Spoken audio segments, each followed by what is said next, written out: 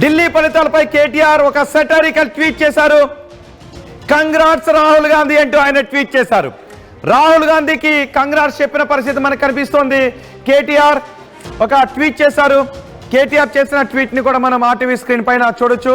KTR satirical tweet చేశారు. Congrats Rahul Gandhi, Rahul గాంధీకి అభినందనలు తెలియజేస్తారు. ఎందుకంటే బీజేపీని మరోసారి గెలిపించామంటూ ట్వీట్ చేశారు. ఇంతకుముందు ఒమర్ అబ్దుల్లా కూడా ట్వీట్ చేశారు.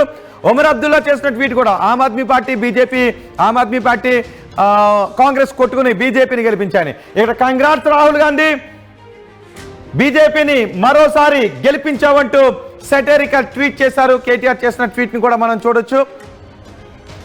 ఇక్కడ ఆమ్ ఆద్మీ పార్టీ కాంగ్రెస్ రెండిటికి వచ్చిన ఓట్ షేర్ చూస్తే బీజేపీ కంటే ఎక్కువ ఓట్ షేర్నే సాధించాయి.